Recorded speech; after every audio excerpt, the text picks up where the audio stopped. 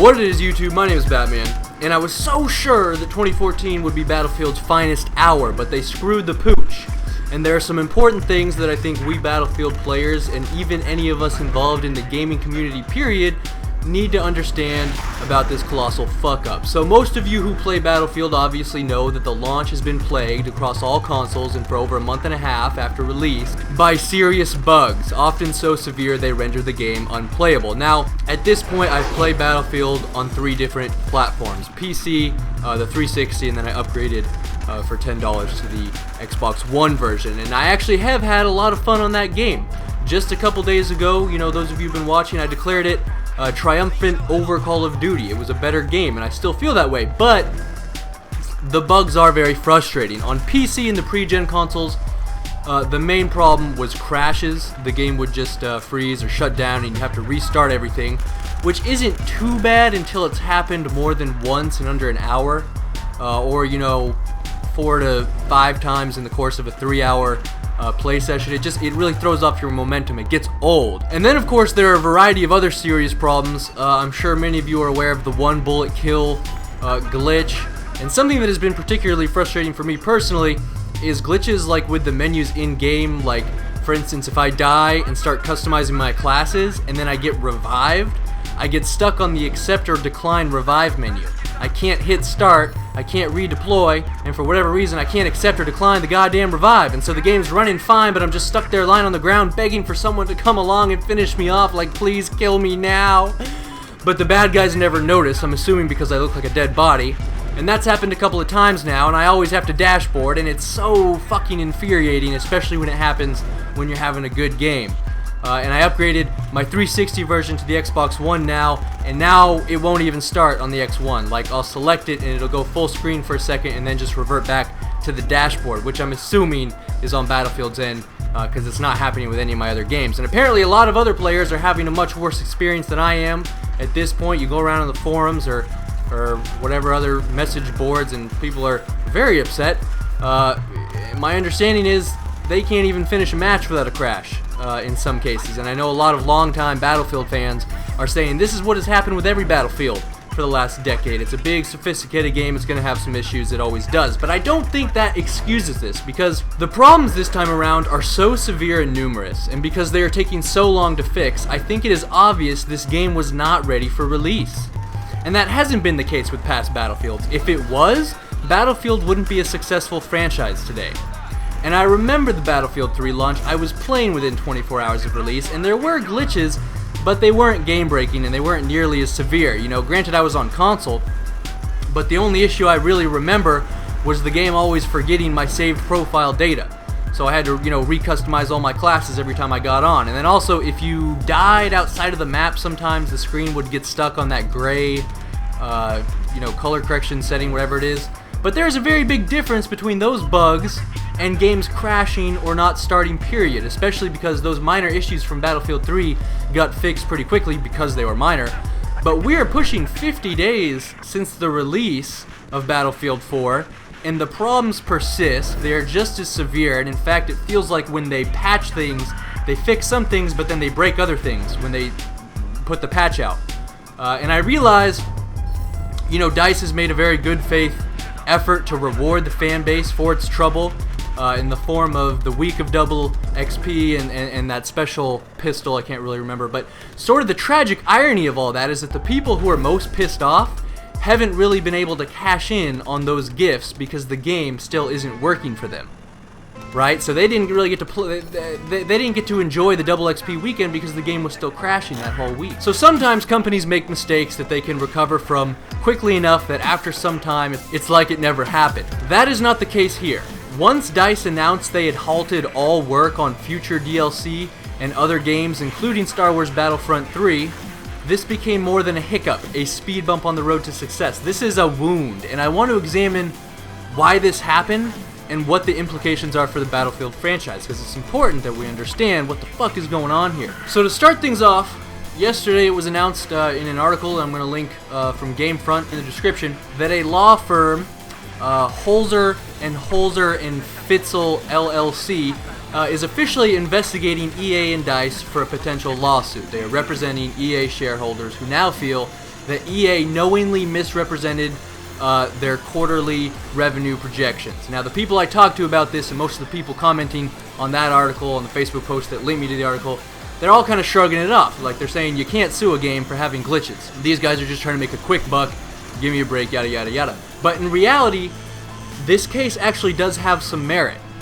And depending on how far it goes, it could be very damaging to EA. So the way it works in the world of finance is that companies with public stock want people to buy that stock. They invest money now and get it paid back with interest incrementally over time. I'm sure you all understand how that works, right? You put in $100 now, 6 months down the road, you get $150 back and you've made some money. And the company, in the meantime, gets to spend your $100 on making their product. Everybody wins. So when potential investors are trying to decide if they want to invest in a company, or if current investors are deciding if they want to keep their stock or sell their stock to other investors, said company, in this case EA, will have released projections of what kind of money, what kind of revenue they're expecting to make in the coming months. They break it down in quarters, 4 quarters a year. So EA says, we are releasing Battlefield 4 along with the $50 premium subscriptions this year. We're expecting to bring in $1 billion, alright? So that would be a projected $1 billion revenue gross. So investors say that looks promising, and they invest money expecting good returns, or hypothetically they can sell their stock for a profit when it rises in value because everyone loves Battlefield 4 so much. Now, it's still not a guaranteed return on investment. There's still some risk involved. If some unforeseen hypothetical had taken place, like if Ghost had just blown everyone out of the water and snuffed out the Battlefield series, or if Battlefield had been working fine but it just wasn't received positively by gamers, those investors still would have lost money on their EA stock, and there would be no grounds for a lawsuit. However, there are laws against knowingly misleading investors. Otherwise, every company out there could just project $1 trillion in gross revenue, and they could make a very elaborate PowerPoint presentation with all kinds of made-up numbers and statistics for the next quarter, and then rack up huge investments from everyone they convinced. But then when it turns out the projection was a lie, all those investors just got really screwed over. So EA's stock is getting shit on right now because of the fucked up launch. I don't know what the exact sales numbers are, but I know they can't be good. And what these stockholders are claiming is that because these glitches are so severe, because they're such big problems, and because there's so many, how could EA have not known about them before release? And if they did know about them, they must have known it would hurt profits. And if they knew that, then theoretically, they were knowingly misleading investors with their rosy profit projection, and by not informing them that the launch would be potentially risky. And the stockholders, I think, are kind of right. Like, I'm positive that the DICE employees that actually work on the game knew this was coming. And the next question is, who knew what when? And how far up the chain were they? I'm not sure how far this case will actually go, because what it comes down to is what they can prove, which can be tricky sometimes when it comes to like what a person knew at what time. And if it does gain any traction, I'm sure it'll be settled out of court. But it's not the case itself that's the real problem, but the lasting implications of it and the botched launch in general for the Battlefield franchise. Now, I'm pretty sure I know exactly what happened, alright? It's fairly obvious. It's basically exactly what happened with the healthcare.gov website rollout, if any of you have been paying attention to that. Modern bureaucracies in both government and the private sector are set up in this hierarchical chain of command, like the military. The guy at the bottom communicates with his direct superiors, those superiors communicate with their direct superiors, and then it goes on that way till the very top. So DICE programmers probably communicate with the heads of their department, those heads communicate with the DICE executives, the executives communicate to the EA liaison in charge of the FPS department, and then that EA liaison communicates with the CEO of EA, or something along those lines. There's a chain of command. Now, there are 3 distinct problems with these types of hierarchical bureaucracies, and it all revolves around breakdowns in communications. Now, I don't know who makes the final call, but if that person had known that the problems were this severe, that sales were going to take a major hit, that their stock would drop, that they would be facing a potential lawsuit, I guarantee you that person would have delayed the launch. It would have been illogical not to do so. So why did that person not see that coming? Because the people at the top obviously did not understand the gravity of the situation. So the first and most common problem with these kinds of chains of command is that people generally don't want to have to tell their direct superiors that they fucked up, that they're not going to meet the deadline. So they either lie or sugarcoat the problem, or simply try and dump it on somebody else's lap. So maybe the DICE employees didn't want to admit that there were these huge problems with the game to DICE management, maybe DICE management didn't want to admit that it had failed to manage to the EA guys, and then maybe the EA guys didn't want to admit to their boss that they had conducted poorly poor oversight of the entire operation. Or maybe, but highly unlikely, the CEO simply didn't want to be straightforward with the shareholders. And everyone along the chain of command has plenty of incentive to be somewhat dishonest. The guys at the bottom don't want to be fired. The guys at the top don't want to be let go when their contract is up for renewal. And they're all also probably worried about their professional reputation in the industry, right? Like, as far as I can tell, the entire gaming industry is in LA, so word probably gets around pretty quick when someone is a miserable failure. The second problem is that information traveling from the bottom to the top can get misconstrued along the way. It's like that telephone game you might have played when you were younger, where the whole class lines up side by side and the teacher says something to the kid in front, who says it to the kid next to him, and it goes on, and then what the person at the end of the line hears is always totally different from what the teacher actually said, because it just gets changed a tiny little bit with each person. When they made us play that game in class, I would actually fuck it up intentionally. Like, I'd hear apples are good for you and then switch it to like purple giraffes, ice skate in summer. Cause I was born trolling motherfuckers, you know what it is. But anyways, the rule with that game is that the more people there were in the line and the longer the phrase was, the easier it would be to mess up the information. So in these massive billion-dollar companies, the chain of command is going to be very long, and there's going to be all kinds of different tangents, like lawyers and secretaries and assistants. All these people can muddle it up along the way. And the information is also going to be copious and detailed, so the chances of error are very high. For instance, maybe the guys at the bottom say the game is experiencing severe glitches on all platforms, and these are potentially game-breaking, particularly on the new-gen consoles. But by the time that information has reached the top, it has changed to something less impactful, like the game is experiencing problems on the new-gen consoles. Alright, the phrase has lost its sense of alarm, and it no longer is a dire warning as a mere status update that could easily be shrugged off by the guys at the top, who have bigger issues to deal with on a day-to-day basis. They might even say to themselves something like, we'll wait to see if it gets any worse, when it's already reached a tipping point. Or, the third problem, which is what I understand was the main problem with healthcare.gov, is that the guys at the top don't listen to the guys at the bottom. They don't heed their warnings. The guys at the bottom come and say, this shit is not ready to launch, and the guys at the top say, that is not an option, we have to hit this deadline. And EA did have to hit their deadline. Battlefield had to come out before Call of Duty. It's not a coincidence that 2 releases in a row Battlefield has specifically released 1 week before Call of Duty. That's because Battlefield's entire economic strategy right now is peeling people off of Call of Duty, and they are already at a huge disadvantage because of Call of Duty's annual release dates.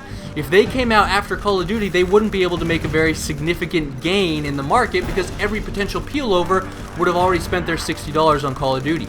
And in fact, the extra $60 they might have spent on Battlefield went to GTA 5 a couple months before. It's a perfect example of the product suffering because of profits taking a higher priority. Or it might not even be a deadline issue. It might have been a resources problem. Like I was talking about in that Call of Duty commentary, because companies have reached every consumer that they can sell to at a profit, the best way to boost revenues isn't selling more, but spending less. So the guys at the top who want to bring home bigger bonuses and want bigger returns for the shareholders are going to operate on the bare minimum required for success. No excess spending on anything we don't need, which isn't a bad business practice, but what I know has happened to businesses in the past, and what hypothetically could be the case here, is that when you're operating on such a tight budget, it leaves very little room for error or deviation from the projected timeline. So the guys at the bottom say we need more people and more time to properly test the game. And the guys at the top say, we've already made revenue projections and significant spending decisions based on this budget. We can't turn back now. We will have misled our investors. But of course, in the end, they still have to bring in the extra manpower and extra spending on top of hurting sales and on top of course, misleading their investors. And the tragic irony is that they probably lost a lot of the market gains they made peeling off COD players, because if the average casual player buys Battlefield and then 2 weeks later it's still suffering from severe issues like frequent game crashes, or they're unable to join a server, or that dumbass shit where matchmaking throws you into an empty server by yourself, after COD has come out with no serious issues at all, that person probably returns Battlefield, which he considers unplayable, and just goes back to Call of Duty. You know, anyone who was giving Battlefield a try for the first time has been soundly turned off. I would be very curious to see what the returns numbers were, and what sucks even worse financially is when you screw up the release, it has a direct link to the game sales for the rest of its life, because the gaming industry's best marketing tool for multiplayer games is word of mouth. Like, oh, Call of Duty is so cool, you gotta go get Call of Duty 2 so we can both play. Oh, and we gotta convince Joe and Jeffrey to buy this motherfucker too, and then we can all play Extinction. Oh my god, I'm coming in my pants already. Like, how many of you have ever bought a game just to play with your friends? That's the only reason I ever bought games like Dead Island or Borderlands 2. And so, your starting pool of consumers is going to exponentially grow. If you have 100 people that all tell 2 friends who tell 2 friends, you have like 700 people at the end. But if you only have 10 people who tell 2 friends who tell 2 friends, you only have 70 at the end. So every time somebody returns Battlefield because after a month the problems aren't getting any better and they finally snap, that is significantly and exponentially hurting all future sales of the game down the road. And on top of that, they've really shot themselves in the foot with investors, because people are going to be very skeptical about investing in a company that is being sued by its previous investors. And another big turnoff is the fact that now they've had to cancel all work on future projects until the Battlefield problems are resolved. So I think people need to be fired. With a fuck up like this, there is someone to blame. It's not just some inevitable collective error. And what really irritates me the most about this, and speaking as someone who was really hoping that on the new gen, this year, Battlefield finally employing the full power of its engine and game mechanics on the consoles would set a new standard for FPS gaming, so that other games would have to start trying to step up and outdo Battlefield instead of dumbing down in an effort to match the COD formula. Because even though I do feel strongly that Battlefield is a superior game in almost every way, the opportunity to bank in on that message and change the dynamics of the FPS genre has been squandered, because the glitches have now consumed all the oxygen. This has lasted up until today, which is currently the 14th of December. Alright, the PC seems to be working mostly fine, but I still can't even get it to start on the Xbox One.